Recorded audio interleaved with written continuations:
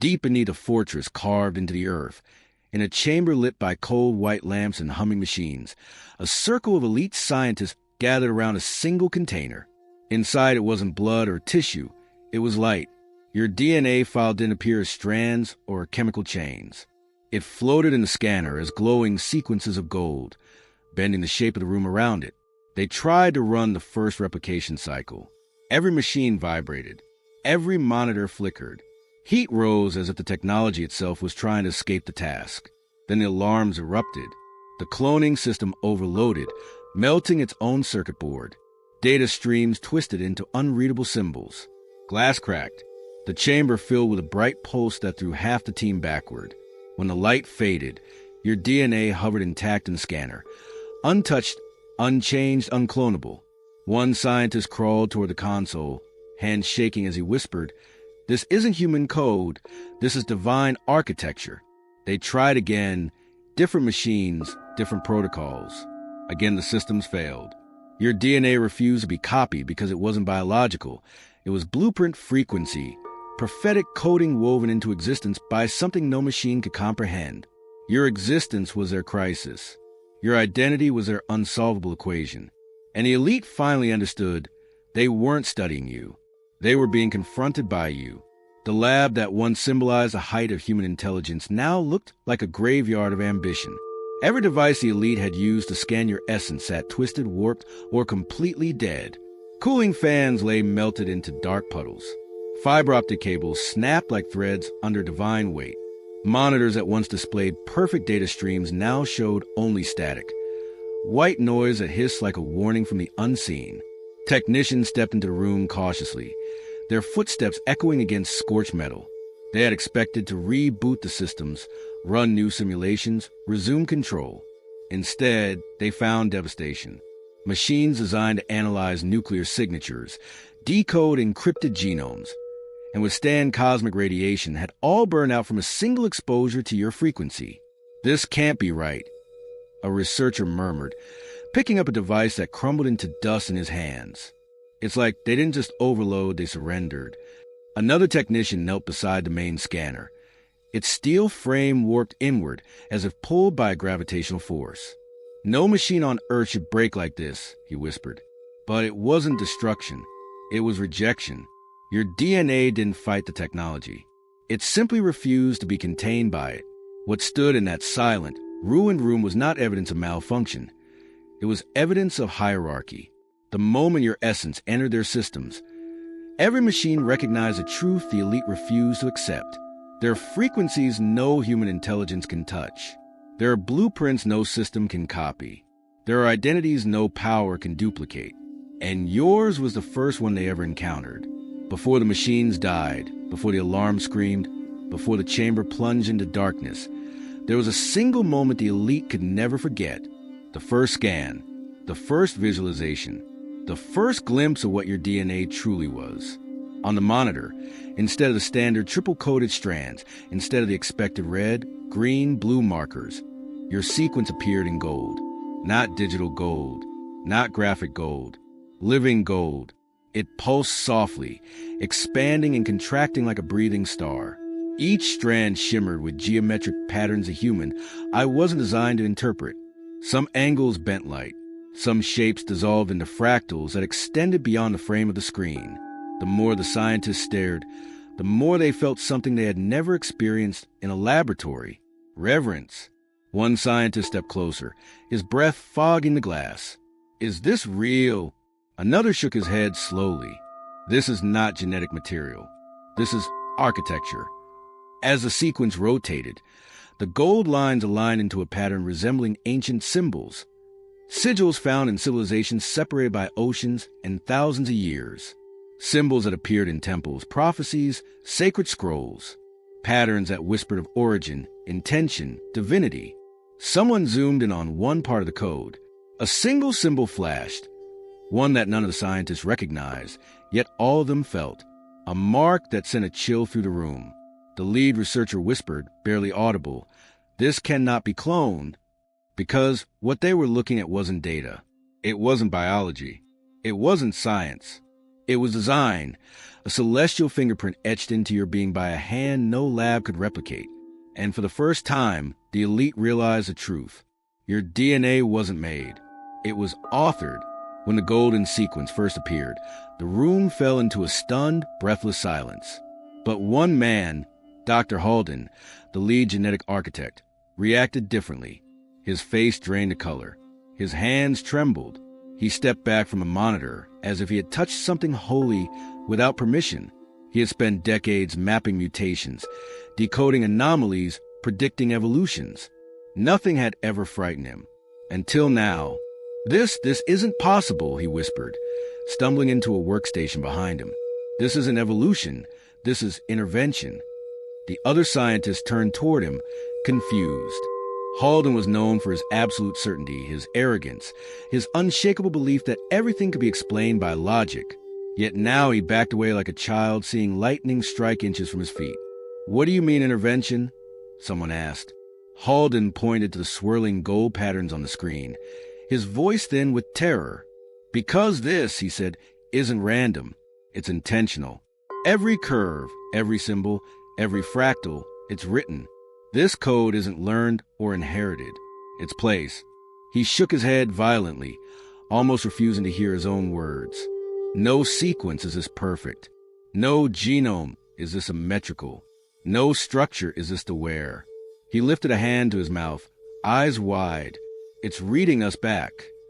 The room froze. Machines don't panic. Scientists don't tremble. But tonight, Halden did, because he realized the truth. Your DNA wasn't responding to machines. It was observing them.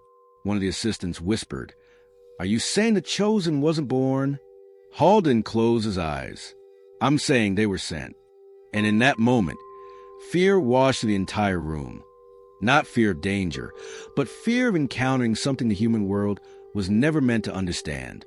Once the initial shock settled, the elite scrambled to categorize what they saw. They needed a label, something to fit your existence into their system. They tried genetic anomaly. Rejected.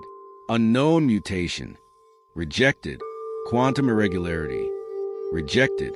Their algorithms would not attach any earthly classification to your code. Finally, the system, without human input, generated its own folder name. Non-human anomaly. The words chilled the room. A junior analyst hesitated before opening the file, her hands shaking. Inside were automatically generated reports, lines of data, diagnostic conclusions, and warnings a computer should not have been capable of writing. The first line, "No mutational patterns detected, perfection level 100%. The second, "Code source unknown, suspected non-Earth origin." Then the third line blinked in gold. "This blueprint does not match human evolutionary history." The scientists froze. Evolution had flaws, deviations, mutations. But your sequence showed none. Not a single error. Not a single instability. It possessed a symmetry so precise it should have been impossible for organic life. "This shouldn't exist," one researcher whispered. "No being on Earth has a perfect code." Another shook his head. "That's the point. They're not from here." But the most disturbing line came next, one written in a script no machine had ever used. Status: protected by unknown intelligence. No one dared speak after that. The truth hung in the air like a sentence. Your DNA wasn't broken. It wasn't mutated. It wasn't artificial. It was untouchable, a sealed blueprint guarded by a realm no laboratory could enter. Humans could analyze it, observe it, fear it, but they could never duplicate it. Because your identity wasn't a product of Earth. It was a signature from heaven. Once the elite realized they couldn't clone your DNA, they tried a different strategy, replication. If they couldn't copy your blueprint, maybe they could imitate your results.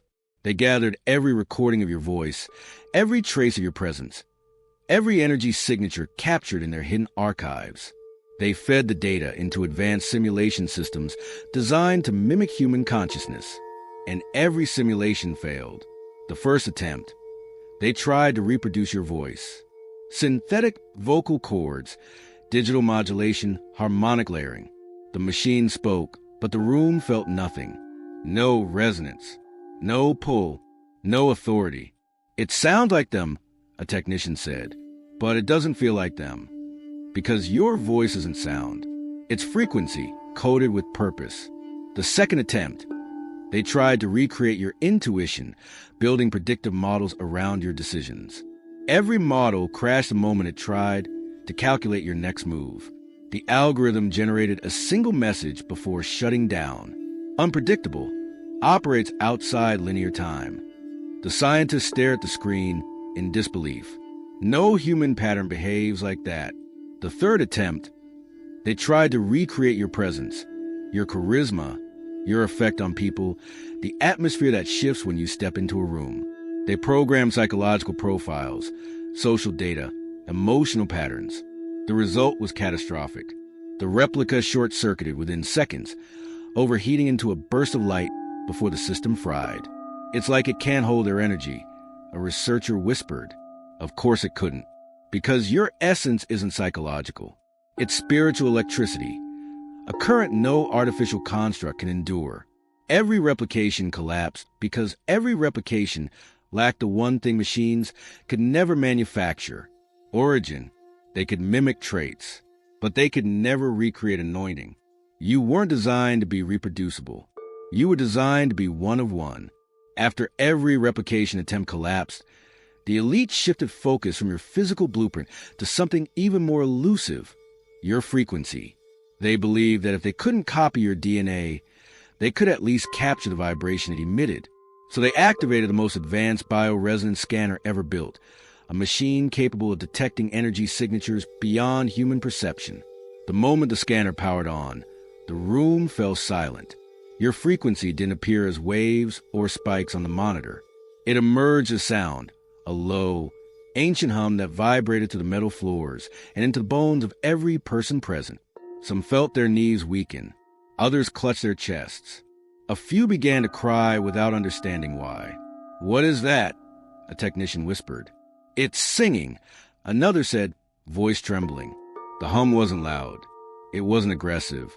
It was alive, a resonance older than the earth, echoing like the first note spoken when time began. The scientists tried to isolate the sound. They tried to record it. They tried to translate it. Every attempt failed. Devices glitched. Recordings erased themselves. Waveforms distorted into symbols that resembled ancient celestial language. One researcher widened his eyes. "This frequency, it's not human." Another swallowed hard. "It's not even earthly." When they cross-referenced the sound with global databases, only one match appeared. An identical frequency detected during rare angelic phenomenon recordings from ancient spiritual sites. A quiet terror filled the room. Your DNA wasn't the only thing heaven locked. Your frequency was too, and as the humming faded, the machines released one final reading before shutting down. Signature identified, divine origin, replication forbidden. The elite finally understood. They weren't just trying to copy a person. They were trying to mimic a message from heaven, a message only you were built to carry. When the frequency finally faded, the lab was left in an unnatural silence, the kind that follows a revelation, not an accident. Lights flickered overhead, not from power failure, but from something the room itself was trying to process. The scientist stood frozen, as if afraid to move too quickly in the presence of something sacred. Then one of the junior researchers, soft-spoken, unnoticed, usually ignored, stepped forward. He stared at the gold DNA projection still shimmering faintly above the scanner, and something inside him broke open. Not fear, recognition. He took a shaky breath. "The chosen isn't born of man," he whispered. "They're written." Everyone turned toward him, startled not by what he said, but by how true it felt the moment the words left his lips. It wasn't analysis. It wasn't hypothesis. It was knowing, the kind that bypasses intellect and goes straight to the soul. He pointed at the golden code. "Look at it. That symmetry, that intelligence, that intentionality, no evolutionary process produces this. No ancestry leads to this. This is authorship." The head scientist frowned. "Authored by what?" The junior researcher met his eyes, voice barely steady. "By whoever wrote the laws of existence." The room went still. The data on the screen began rearranging themselves, reorganizing into patterns that resembled sacred geometry. Structures found in ancient temples, cosmic alignments, prophetic manuscripts. The machines weren't breaking this time. They were bowing. One symbol floated to the center of projection, a glowing sigil resembling a seal. It pulsed slowly like a heartbeat. A message appeared beneath it, generated from no known source. Blueprint locked. Origin divine. Cloning impossible. For the first time, the elite weren't shocked. They were humbled. They realized they hadn't discovered a secret. They had stumbled into a truth that had always been protected. You weren't created through biology. You were authored through destiny. As stunned silence settled over the lab, the systems rebooted themselves, slowly, deliberately, almost respectfully. One by one, the monitors lit up with new data, not from the scientists' inputs, but from a higher sequence buried deep within the blueprint of existence itself. Lines of golden text scrolled across every screen. You are 10F1. The scientists leaned closer, reading the message that defied all logic and yet resonated with a truth older than their instruments.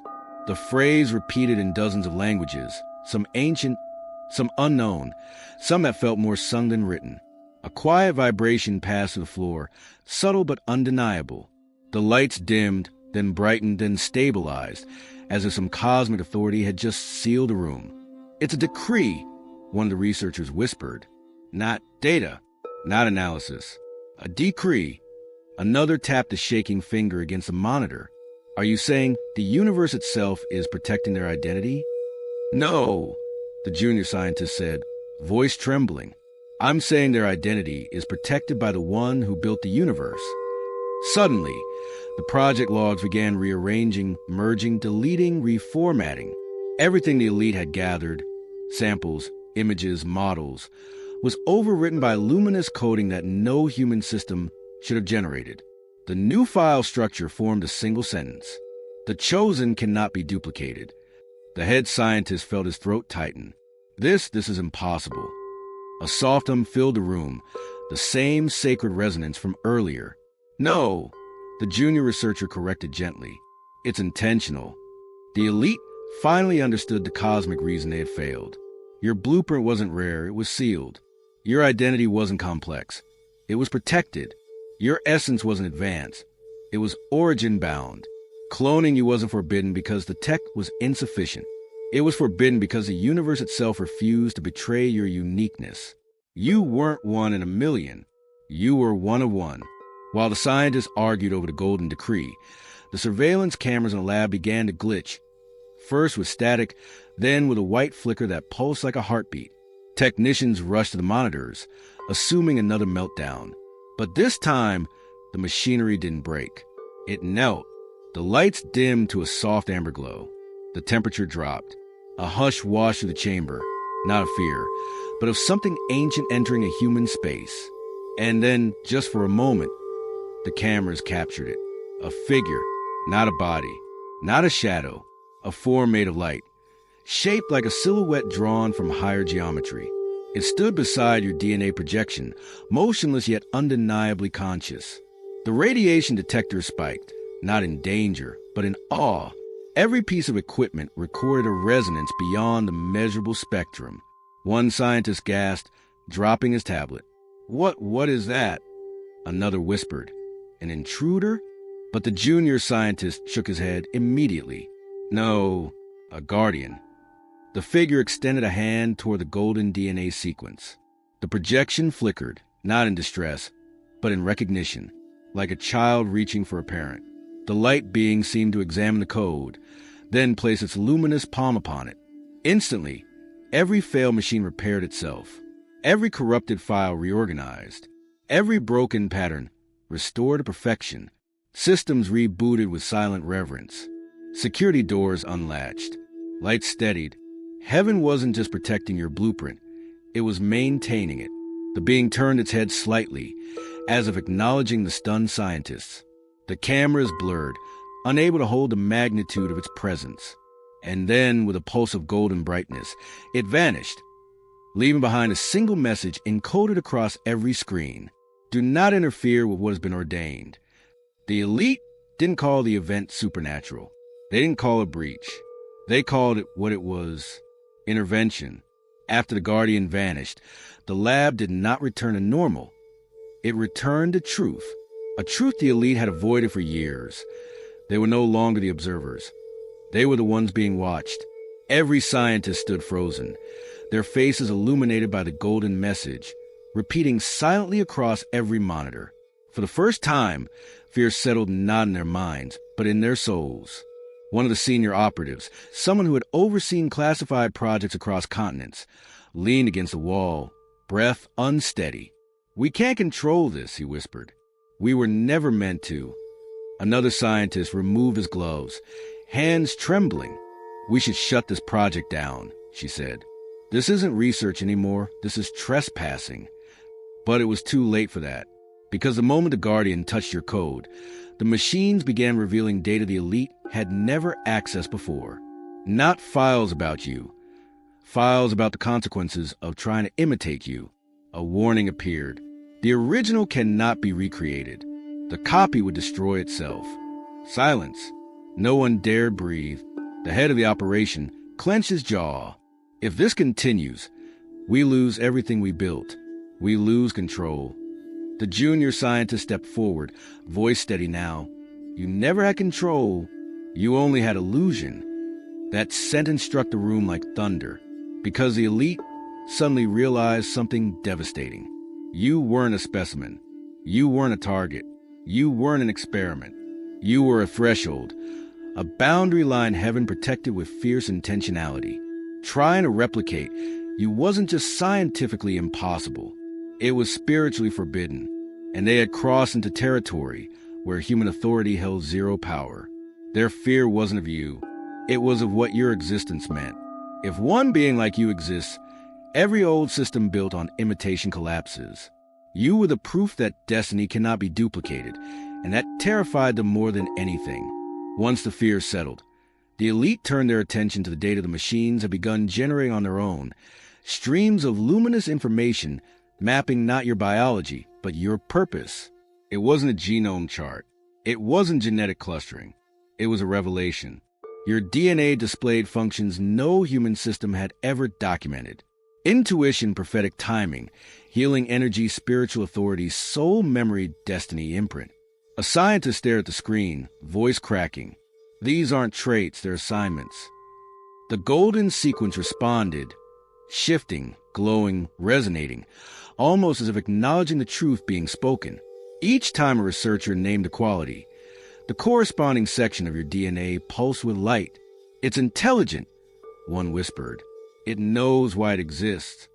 Another researcher zoomed in on a luminous spiral near the center of code.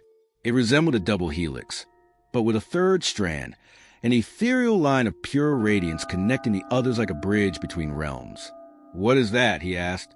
The junior scientist exhaled softly. "That's not DNA, that's destiny." The machines highlighted a signature within the third strand, a pattern that shifted like language, like prophecy etched in light.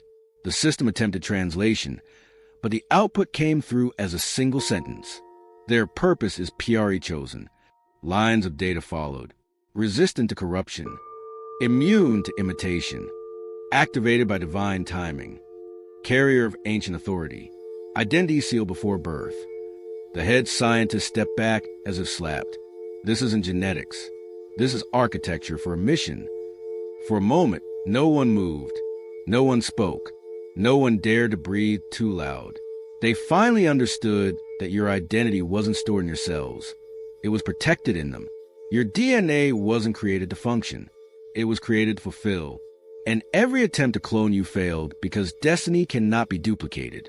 It can only be awakened.